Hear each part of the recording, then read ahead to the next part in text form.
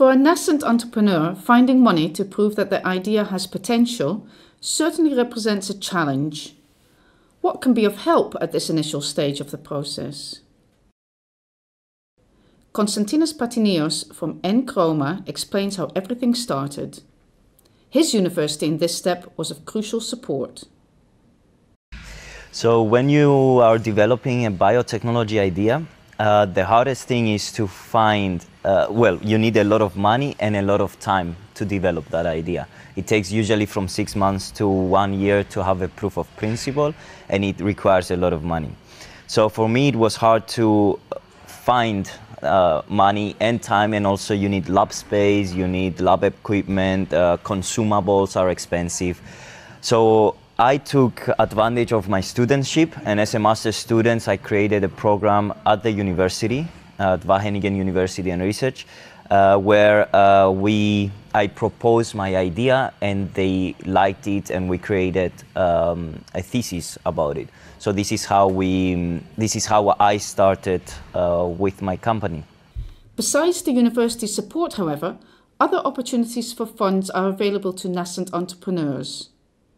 TU Delft Now Energy explains what made their start possible. To some extent, it's a chicken and the egg problem.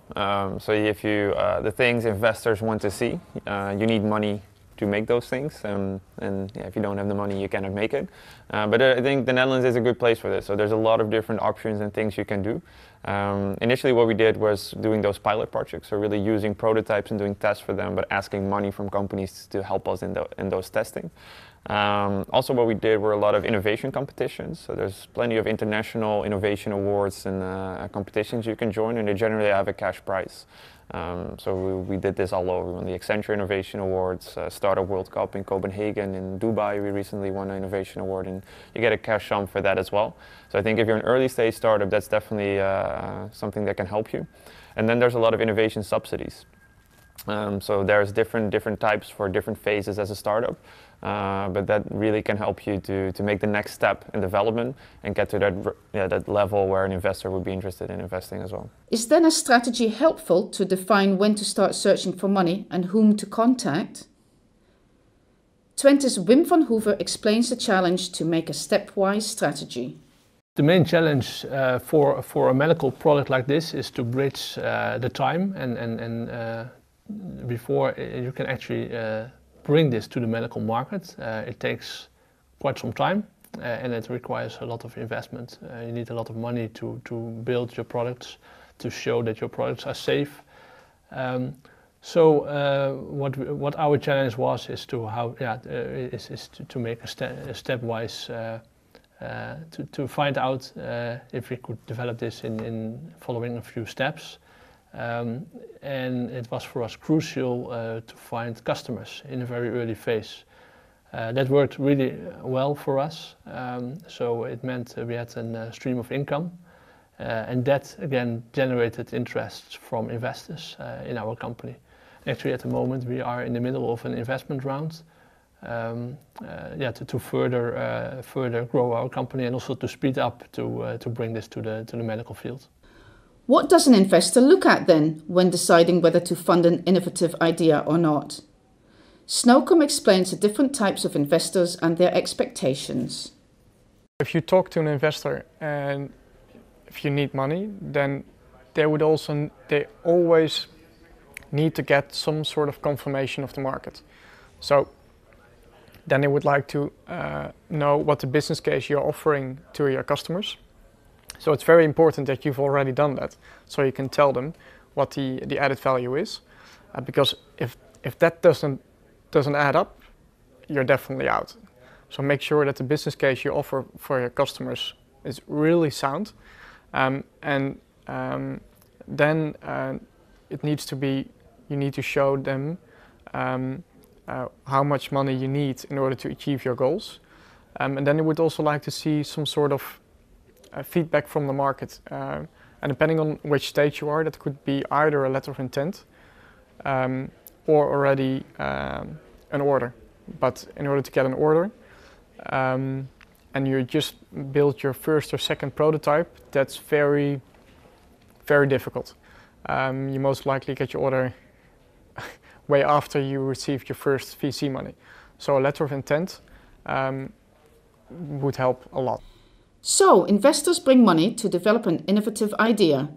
But is money the only value they add to the idea? How should an entrepreneur choose an investor? TU Eindhoven Snowcom explains their case.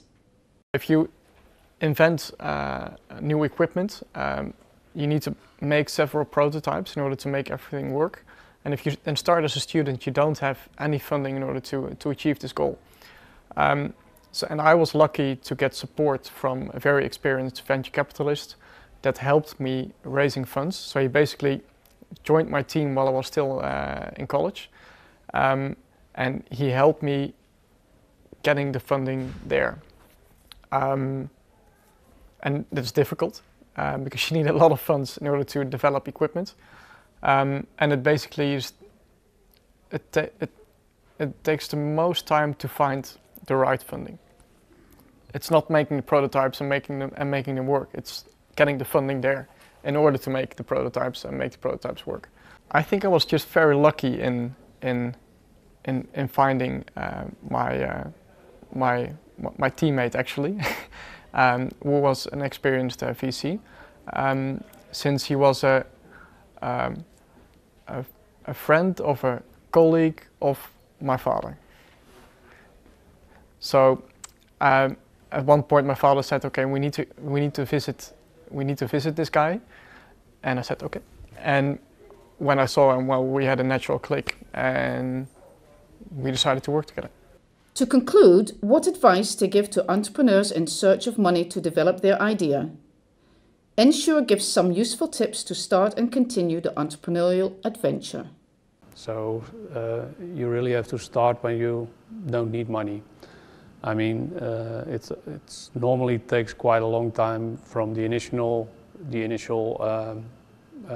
proposition to closing the deal. That's one of the things. Another thing that's really important is whether you want to choose between the types of investors there are, purely financial, which will interact with your financial performance as a company, or more a technical customer-related investor, which will certainly influence your technical agenda. And there are a lot of opportunity to meet investors. The ones I use are venture capital forums, which are organized nearly every week. But you should really pick the right ones in the right hotspots, let's say financial hotspots, and with the right crowd. And there are some other opportunities like the European Enterprise Network, and also local or regional initiatives that are quite easy to join.